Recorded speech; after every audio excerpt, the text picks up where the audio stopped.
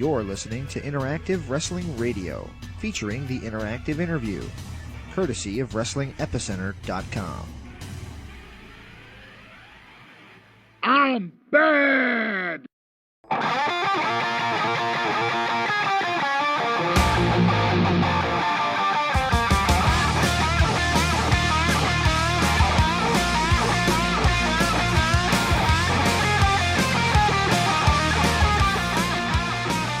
Welcome back to Interactive Wrestling Radio. Joining us on the Newsmaker line for the first time in a drinking age in 21 years is one of my favorite performers from WCW. He is Johnny B. Bad, perhaps better known as Marc Mero. Mr. Mero, are you with me? James, I am here. Thanks for having me on your show, man. It's been a long time. It's been a long time coming, but I'm glad to have you back on. And, of course, the reason that we have this occasion to speak is to talk a little bit about your book. And the book is out now. It's called Bad to Good, which, by the way, is a genius title. I guess first things first, what made now the right time to put pen to paper? You know, James, this has always been something I have wanted to do. I've wanted to write my autobiography. And, you know, as I got older, I just said, you know what? Now's the time. And a year ago, I met who eventually became my writer. His name is Ben Veal. He was an award-winning writer in England, and I did some stuff with him over there where he wrote about me in a couple magazines. And just talking to him, man, I loved what he wrote. And I said, you know what? And we talked about writing my life story. And 1 year later, we've been doing this for a whole year. Every week on Zoom calls, hours on Zoom, and just talking about stories. And then we whittled it down to what stories you want to use for the book. And I really shared some really dark moments in my life because you got to have the bad to show where to get to the good. And it was an amazing whole opportunity to inspire people, hopefully change some lives. We all go through adversity in life, but through our struggles, we can find our strength.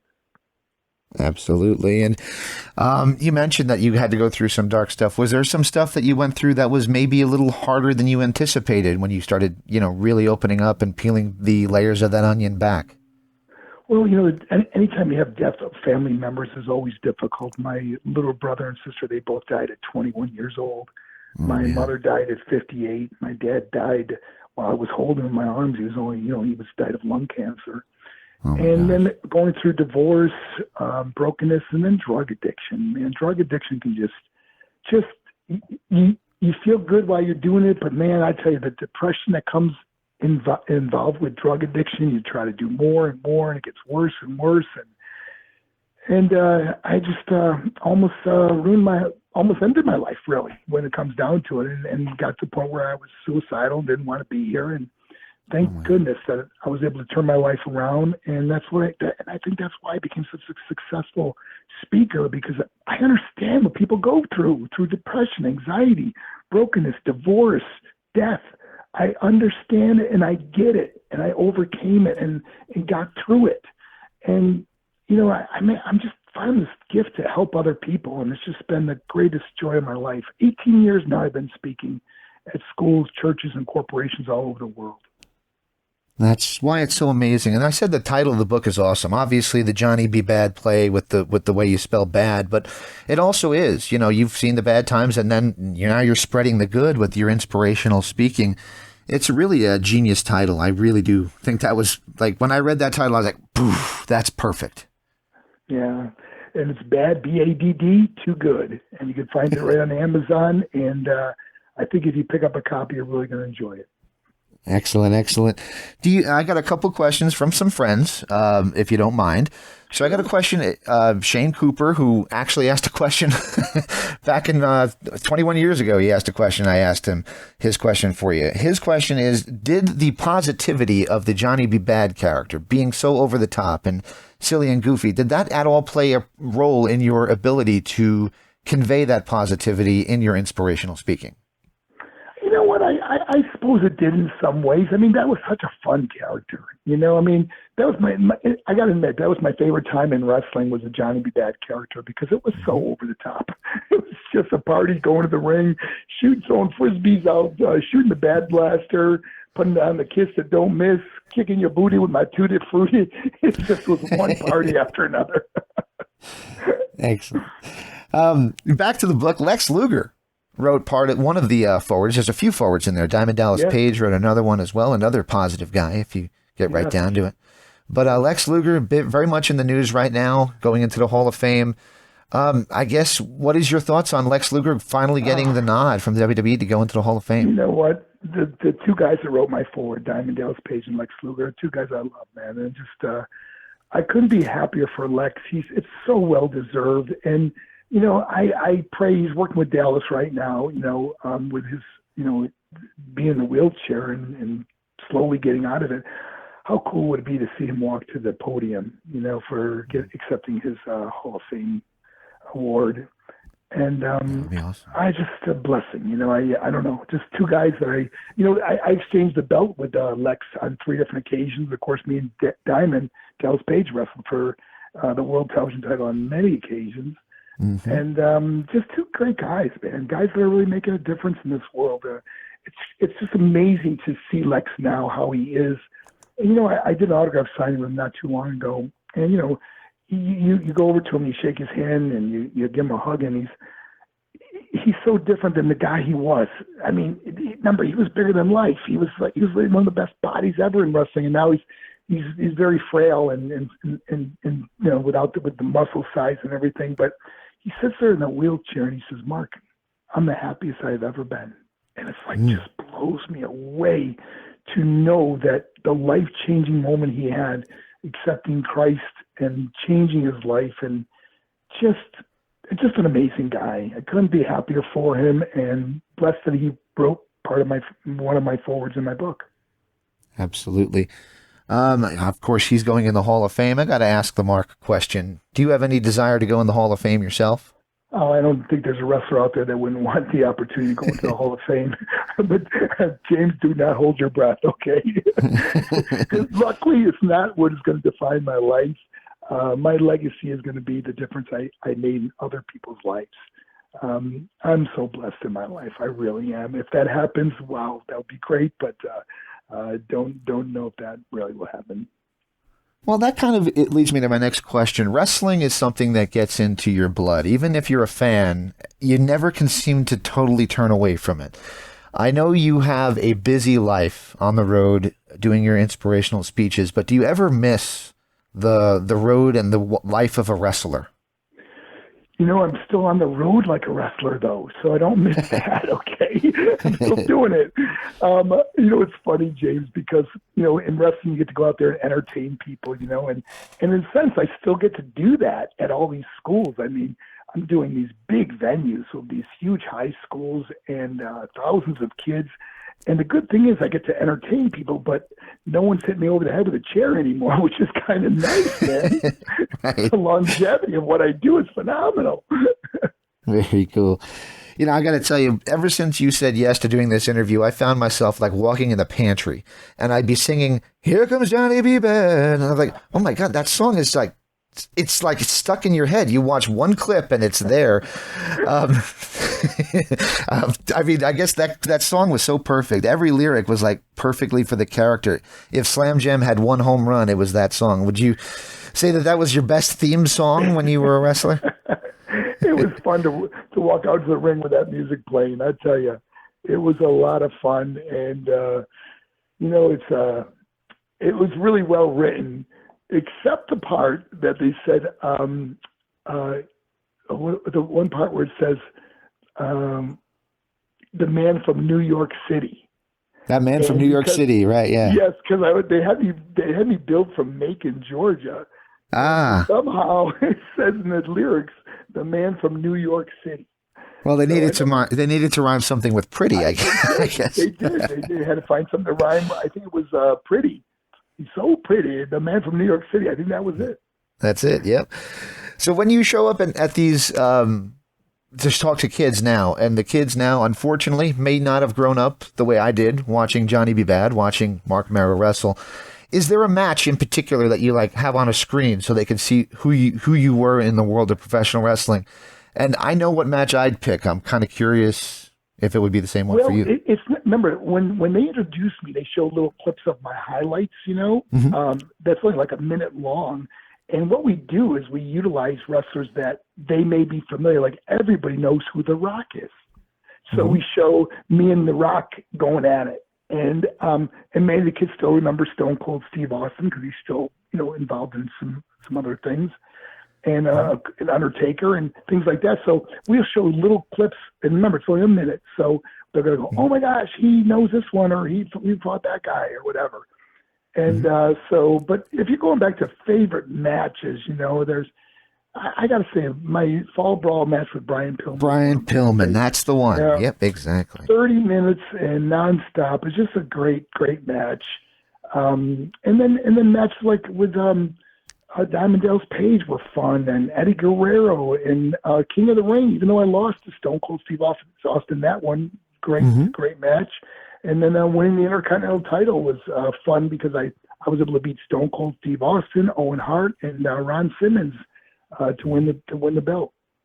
That's amazing. We will go back to the book, I promise. That's the reason you're here, and the book is Bad to Good. It's out there right now. You can get it on Amazon.com from Inside the Ropes Publishing. But I wanted to ask you a question. It's kind of bugged me since I heard it, because I think to myself, do I agree with the statement or not? Jim Cornette often talks about you on his podcast when your name does pop up, and he said, Marc Mero was a great talent, but he knew how to be Johnny B. Bad. He didn't know how to be Marc Mero. How do you feel about that statement? You know what? Everyone has their opinion, and I don't get bothered by things like that. I like Jim Cornette. I don't have nothing bad to say against him, but I understand what he's saying. Now, let me give you a reason why I think that is when I first came to WWE, they thought they were getting a version of Johnny B. Bad. I really believe that. But there were so many lawsuits going back and forth, they didn't want to go near Johnny B. Bad, so they wanted to come up with something completely different.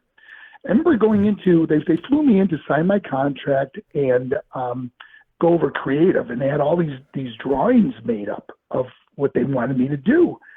And I remember Vince going, listen, we have this new character, Wild Man Marc Mero. And I'm thinking to myself while he's saying that. Now, I'm trusting their creative, their whole vision. I'm trusting this. Remember, I'm the first one to get a guaranteed contract. I got a huge signing bonus. I get to bring my wife everywhere I go. What am I going to do? Go in and argue right off the bat? I don't like that one. If they put all this time, they got all these drawings done, everything of the costumes. And I remember Vince saying to me, can you do a Tarzan yell? And then I start thinking, oh boy, I don't got a very strong voice. So I'm not like Sting or Flair or someone that could do the woo real loud.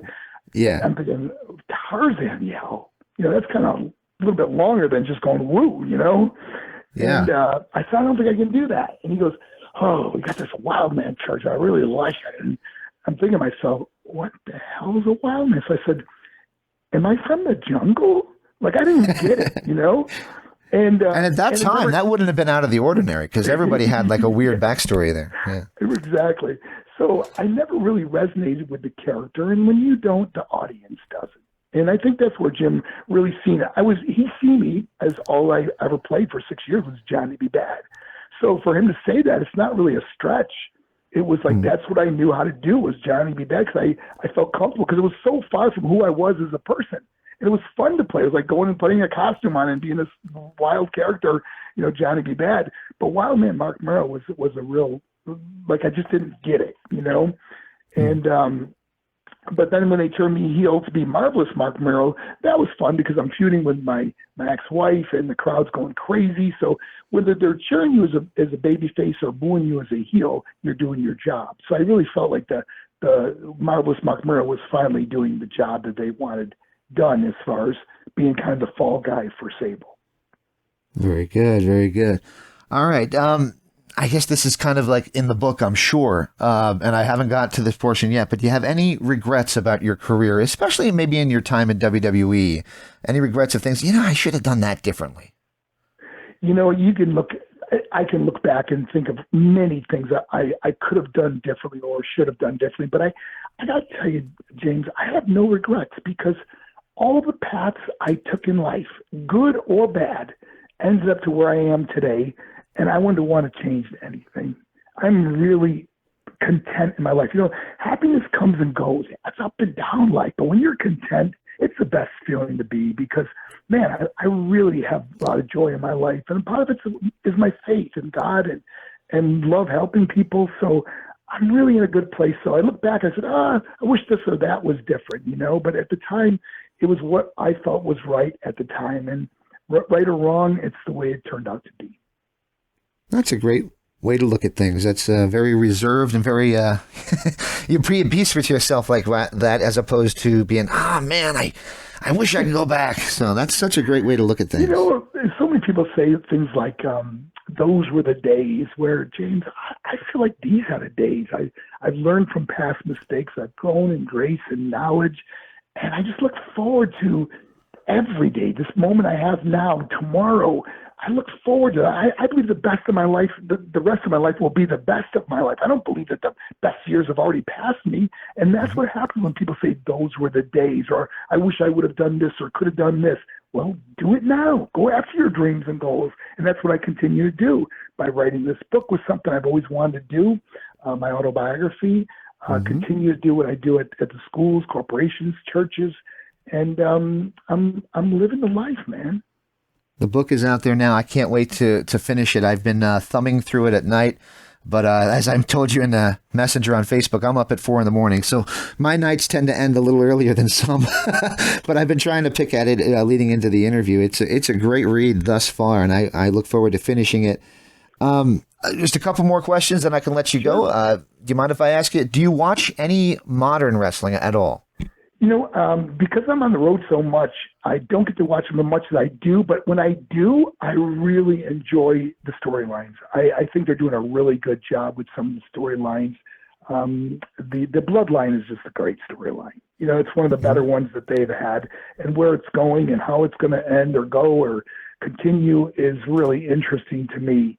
And, of course, to see what happens with Cody, how long that they will continue to keep the strap on him and who's next. And just a lot of questions that are fun to wonder what's going to happen. So, and there's some great guys. I mean, gosh, there's some guys there. I wish I could wrestle guys like Seth Rollins, or Cody, or what's his name, Roman Reigns. Roman Reigns, gosh, yeah. We would have loved to work with those guys. So much talent there now. Absolutely. Now, Cody is somebody that I know you have a prior experience with because he was probably around with Dusty backstage quite a bit. Are you surprised to see the level of success he's achieved? So happy for him. Just, sometimes you see the clips of when he was Stardust and you think, how's this guy ever going to, be who he is today? And just amazing to see the transformation he has made and the desire he has to get better, to improve on everything. The mic skills, his wrestling, this talented guy, wrestling injured all the time the way he does. Just an amazing person, and just couldn't be happier for him. And obviously his dad gave me the break of my lifetime, and I'll never forget that.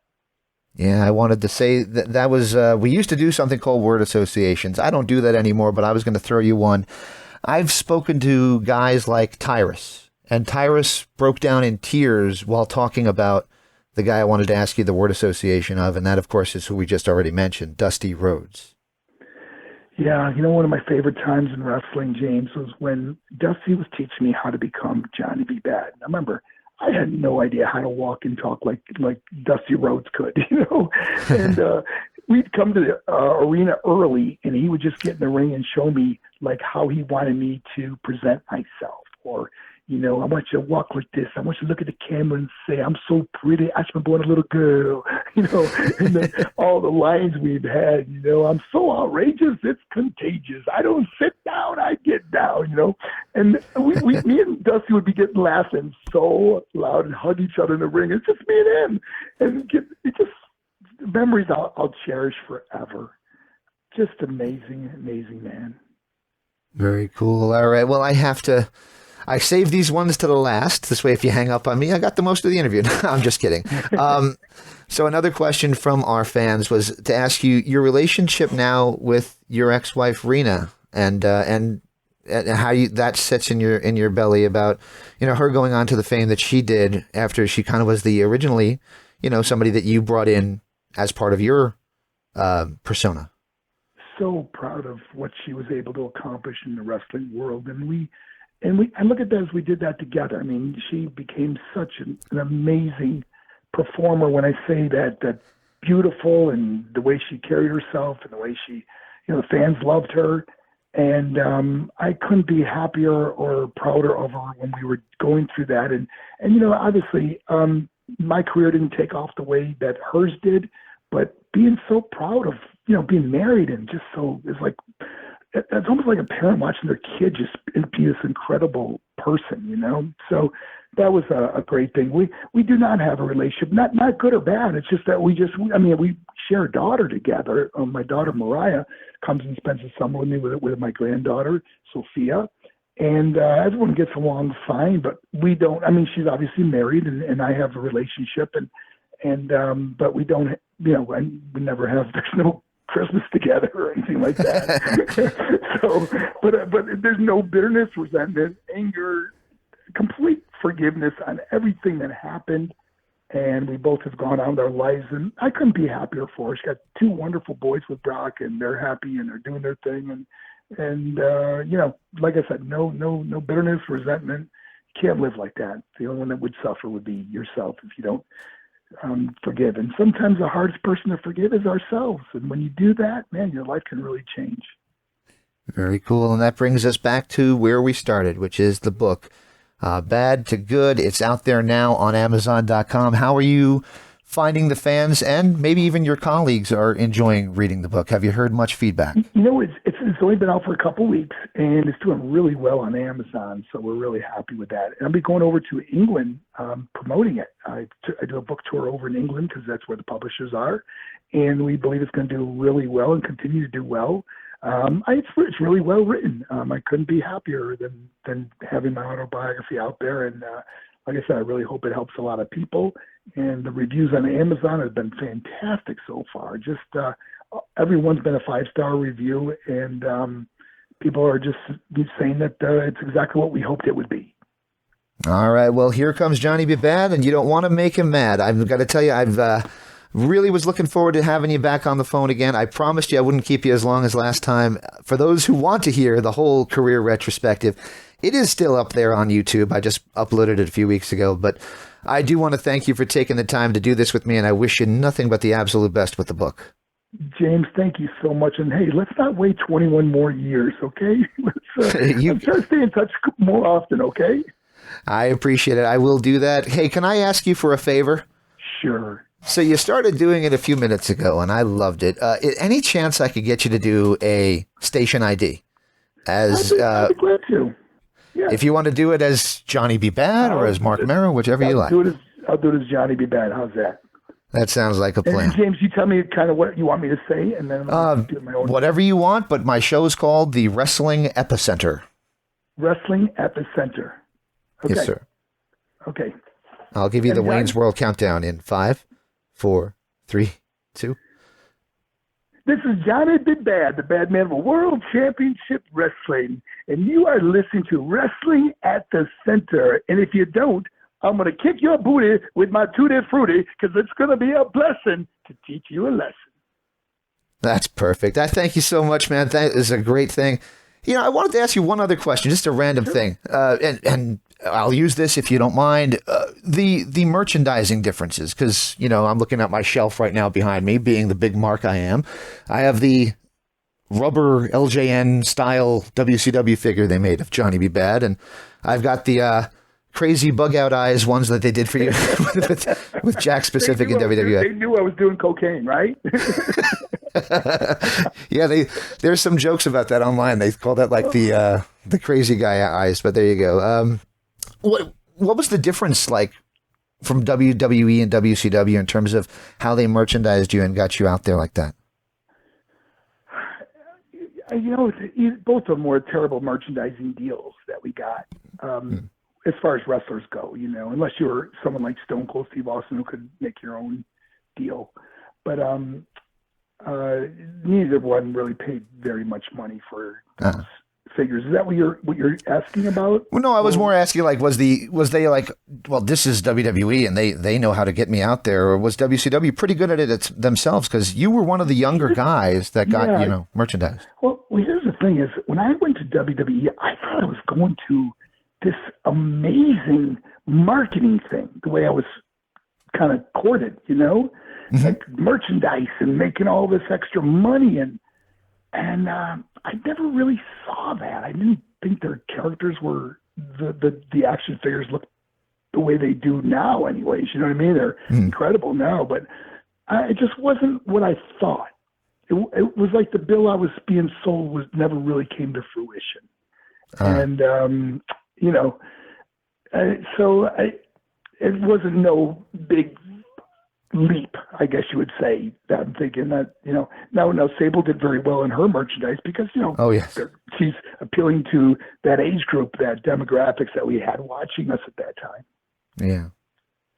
Very cool. Yeah, I had a female friend who made it to WWE in 2006, and this is long before Vince was kind of persona non grata, but she didn't last there very long, and she said, it was like you travel down your whole career down the yellow brick road, and then you find out that the Great Oz is just a man. And I thought that was a great way of putting it. So that is good. Yeah. You believe a lot, and especially because I got the first guaranteed contract. Remember, Steve Austin and Mick Foley went there right before me, and they were only giving an opportunity. And Mick writes about that in his book. And then here I come, and they give me this huge guaranteed contract plus signing bonus and bring my wife along with me and pay for her for everything. Of course, she became a star, but that was never the plan. That was never the plan was because I asked, can she be my valet? And Vince never agreed to it till he saw her. Then he said, I want to put her on TV. So, but the contract was signed that she just would travel with me. Wow. Well, it worked out well for her. And you had a great career too, man. Like I told you, I'm a huge fan. I appreciate you taking the time, and I'll tack that in there somewhere in the interview, but I appreciate you again taking this much time with me, and I wish you nothing but the best with the book. Anytime, James. God bless you, my friend. You take care. You take care, sir. Thank you. Okay. Bye-bye. Bye-bye. This is Interactive Wrestling Radio. Interactive Wrestling Radio. Interactive Wrestling Radio. Interactive Wrestling Radio. Interactive Wrestling Radio. Interactive Wrestling Radio. Interactive Wrestling Radio. Oh, for us. Featuring the interactive interview. Interactive interview. Interactive interview. Interactive interview. Interactive interview. Interactive interview. Interactive interview. Oh, yeah. Formerly The Blaze. The Blaze. The Blaze. The Blaze. The Blaze. The Blaze. The Blaze. The Blaze. The Blaze. The Blaze. The Blaze rock. Yo, Maniacs, so what you gonna do when the Blaze of Maniacs runs wild on you? On WrestlingEpicenter.com. Wrestling Epicenter. Wrestling Epicenter. Wrestling Epicenter. Wrestling Epicenter. Wrestling Epicenter. The Wrestling Epicenter. Don't get off. And now we shamelessly name drop from our history. The Wrestling Epicenter would like to apologize for the following. All right, everybody. Viva la raza. Viva la raza. Hey, y'all. Hello, ladies. Hey, guys. We had a lovely conversation. First lady. Absolutely. Oh, look at me. She's so kooky.